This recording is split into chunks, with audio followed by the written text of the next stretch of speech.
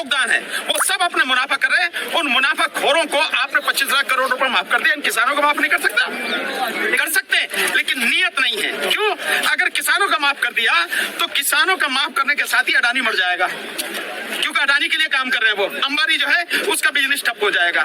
और जिस WTO को और जिस विश्व बैंक को और जिस अंतर्राष्ट्रीय मुद्रा को उसकी गुलामी कर रही है सरकार, उनके इशारे पर जो कर रही है, वहां से पत्ता सरकार मांग रही। प्रस्ताव जो दिया अभी कि दलहन और ऊन पे जो कपास है उसको लेकर के, तो वो ऐसे प्रस्ताव दे रही करे, इसी से बातचीत से ही सुलझेगा? बात ये नहीं, बातचीत से सुलझेगा, लेकिन ये सब बात ही तो करने आए हैं।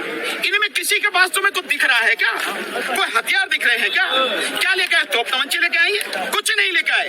ये आपसे बात करने आए हैं, और बात करने भी इन्हें तब आना पड़ा जब 2 साल आपने बात सुनी ही नहीं, आपने काम किया ही नहीं जो आपको करना चाहिए था, तब ये बात करने आए हैं। ये लड़ने झगड़ने नहीं आए। ये 13 महीने भी जो है बिना किसी झगड़े के शांतिपूर्वक तरीके से बैठे थे, तब भी इन्होंने बात ही की थी। आज भी ये बात करने आए हैं, तो आप बात करो ना।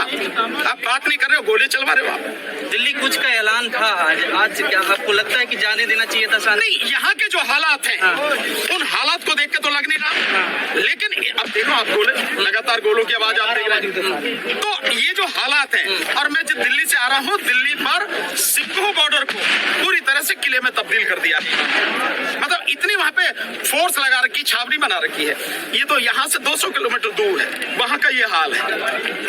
अभी सिर्फ आवाज पे की कूच करेंगे तब ये हालत है। आप लोग देश के जो हालात जिस तरह से सरकार ने कर रखे हैं, ये सरकारी गुंडागर्दी है और कुछ नहीं है। अभी ईवीएम की लड़ाई भी आप लड़ रहे हैं दिल्ली में, यहाँ पर जो ईवीएम को लेकर के कहा जा रहा है, क्या ईवीएम एक ऐसा चीज है अस्त्र की, उससे ये सब चीजें किया जाता है? ईवीएम की वजह से ही तो इनकी मांगे नहीं मानी जा रही। अगर ईवीएम नहीं होती तो सरकार घुटनों के बल के इनकी मांग मान लेती। क्यों? इनकी वोटों की जरूरत नहीं है। मोदी को देश में किसी की वोटों की जरूरत नहीं है, क्योंकि वोट छापने वाली मशीन उसके हाथ में है। वो ईवीएम से वोट छाप रहा है, इसलिए जो मतलब किसी की बात सुनने को तैयार नहीं है। नहीं तो नेता अगर 200 लोग भी कहीं खड़े हो जाए तो उसकी टांगे कांपने लगती है, ये मेरी वोट चली जाएंगी। उसे वोटों की चिंता नहीं है। और आज की तारीख में तो मशीन ही वो बना रहा है, मोदी ही मशीन बना रहा है। कैसे बना रहा है? जो भारत इलेक्ट्रॉनिक्स लिमिटेड है, वो Bharat electronics limited government of India की कंपनी है, जो ईवीएम और वीवीपैट मशीन बना रही है नहीं है? दूसरा, जो ECIL और ये सारी कंपनियां हैं, BEL में, भारत इलेक्ट्रॉनिक्स लिमिटेड में बीजेपी के करेंगे, जातियां करेंगे, ये किसी भी हालत में ठीक नहीं है। इस तरह से माहौल बिगड़ेगा, बनेगा नहीं। और सरकार का काम माहौल बनाना है। अगर सरकार कहती है कि हम वार्ता करना चाहते हैं, तो ये हटाए नहीं जो तुमने ये बॉर्डर बना रखा है। वार्ता करना है तो माहौल भी तो बनाओगे ना।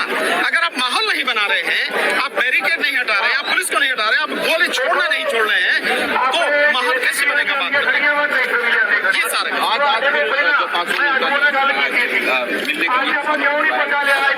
यार, इसमें मिलने की बात ही नहीं है। ये वो सारी मांगे हैं जो 13 महीना आंदोलन चला था, और जब आंदोलन स्थगित हुआ था उस समय जो मांगे थे वही तो मांगे हैं। और इसमें बात करने की क्या जरूरत है? सरकार के पास संसाधन की कमी नहीं है, बहुत पैसा है। अगर अपने यारों का 25 लाख करोड़ रुपए माफ कर सकते हैं मोदी जी, तो इनकी तो डिमांड कुछ भी नहीं है। और दूसरा, इसके अलावा इस देश में प्रधानमंत्री जी ने पिछले 9 सालों में 150 लाख करोड़ रुपया कर्जा लिया। उनसे पूछा जाए काय बात के लिए लिया? अगर उस कर्जा जो लिया है आपने इतना, किसानों की डिमांड अगर सही तरीके से आप पूरा करना चाहते तो कहीं किसी किसान को आगे आने की जरूरत नहीं होती, किसी मजदूर को आने की जरूरत नहीं होती। तो आप जो सारे काम कर रहे हो, इसका जवाब दो, आप क्यों कर रहे हो सारे? हरियाणा से आए हो भैया? हाँ जी, हाँ जी, हाँ, हरियाणा से आए हो। एक बात खट्टर जी से भी पूछ लेना, इंटरव्यू उनके भी कर लेना कि आप, ये नक्शा है हमारे पास, मैं दिखाता हूँ, ये देखो आप नक्शा देखो, ये देख रहे हैं नक्शा, ये नक्शा यहाँ, ये जो देख रहे हैं, ये पंजाब लिखा है ऊपर, ये हरियाणा है, ये नीचे पंजाब है, दिख रहा है ना? ये नदी है, इस नदी के ऊपर पुल पर ये हरियाणा की जो पुलिस है कब्जा करके बैठी है इस पर, और ये पंजाब का इलाका है। अगर उन्हें कुछ भी करना है तो अपने इलाके में करेंगे। वो पंजाब में घुस के कैसे कर रहे हैं? किस अधिकार से कर रहे हैं? कौन सा संवैधानिक और कानूनी अधिकार है उनको? और इस बात के लिए पंजाब सरकार को सुप्रीम कोर्ट में जाके पिटीशन डालनी चाहिए, PIL लगानी चाहिए कि ये जो सब कुछ किया जा जा रहा है पूरी तरह से गैर कानूनी है। आप अपनी धरती पर कर सकते हैं, मेरी धरती पर नहीं। दूसरी बात एक और पूछ लेना कि भैया खट्टर से तो हमारा कोई ताल्लुक ही नहीं है, हमारा एमएसपी का मसला सेंटर के साथ पास है, तो ये क्यों है इतने बैरियर इतने चप्पल चाट रहा है सेंटर की, इनको रास्ता देना चाहिए।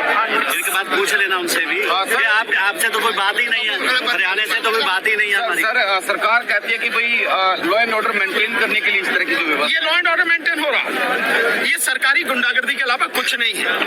और लॉ एंड ऑर्डर कैसे मेंटेन कर रहे हैं आप? ये नेशनल हाईवे तुम्हारे बाप का है क्या? ये खट्टर के बाप का है? खट्टर का है? ये नेशनल हाईवे है। ये नेशनल हाईवे कोई भी बंद नहीं कर सकता। ऐसी देश में कोई आपात स्थिति नहीं है, कोई इमरजेंसी नहीं, कैसी कोई हालत नहीं है। आप अपने ही किसानों को बात करने के बजाय उनका रास्ता रोके बैठे हैं आप। ये आपका अधिकार नहीं है, न कानूनी न संवैधानिक। ये सब गुंडागर्दी है, सरकारी गुंडागर्दी। इंटरनेट बंद कर दिया गया पंजाब और हरियाणा के। ये भी सरकारी गुंडागर्दी है। आप अपने वहां कर सकते हैं, आप पंजाब में कैसे कर सकते हैं? आप इंटरनेट पर किस अधिकार से कर सकते हैं? ये पंजाब सरकार का अधिकार है, हरियाणा सरकार का नहीं है। सब गैर कानूनी, गैर संवैधानिक है। ईवीएम पे सवाल उठाए सर आपने। मैं तो कह रहा हूँ इस सरकार को उखाड़ के फेंकना जरूरी है, तभी इस देश के लोगों की समस्याओं का समाधान होगा। और इस सरकार को उखाड़ने के लिए सबसे पहले ईवीएम को उखाड़ना जरूरी है। अगर ईवीएम नहीं उखड़ेगी तो इस सरकार को नहीं आप उखाड़ पाएंगे। ये जो सब कुछ देख रहे हैं, मोदी आपकी बात सुनने को तैयार नहीं है। उसे मालूम है आपकी वोटों की जरूरत नहीं उसको। उसके पास वोट छापने की मशीन है। और अब तो जो मशीन बना रही है जो कंपनी, उसमें बीजेपी के वो पदाधिकारी बैठे हैं। वो तो पहले भारत इलेक्ट्रॉनिक्स लिमिटेड जो है उसमें बीजेपी के 4 पदाधिकारी डायरेक्टर हैं जो मशीनें बनाती है, ईवीएम और वीवीपैट। तो वोटों की क्या जरूरत है उसे? और वोटों की जरूरत होती तो आपकी बात सुनता, आपसे बात करता। उसे वोटों की जरूरत नहीं है, इसलिए वो मशीन से है छाप लेता, इसलिए गुंडागर्दी कर एक रहा है। आखिरी सवाल लूंगा सर, हरियाणा डीजीपी की तरफ से पंजाब डीजीपी को चिट्ठी लिखी जाती है देर रात कि भाई जो पोपलेन मशीनें जेसीबी है इनको तुरंत यहाँ से क्यों हटाया जा? अबे तू हटा ना, तेरे जो लगा रखी है, तूने जो ये लगा रखी है जेसीबी और ये जो बैरिकेड लगा रखे हैं, पहले इन्हें हटाना। किस आधार पे कह रहे हो तुम? आप मतलब तुम अपने इलाके में, हमारे इलाके में घुस के गुंडागर्दी कर रहे हो और तुम हमसे कह रहे हो कि जेसीबी हटाओ। ये किस आधार पे कह रहे हो? पूरी तरह से सरकारी गुंडागर्दी है जिसको केंद्र का वरदहस्त हासिल है, केंद्र की सपोर्ट खट्टर को हासिल है। अन्यथा खट्टर की इतनी औकात नहीं है कि ये सब कर पाता। केंद्र के दम पे कर रहा है। ठीक है, बहुत बहुत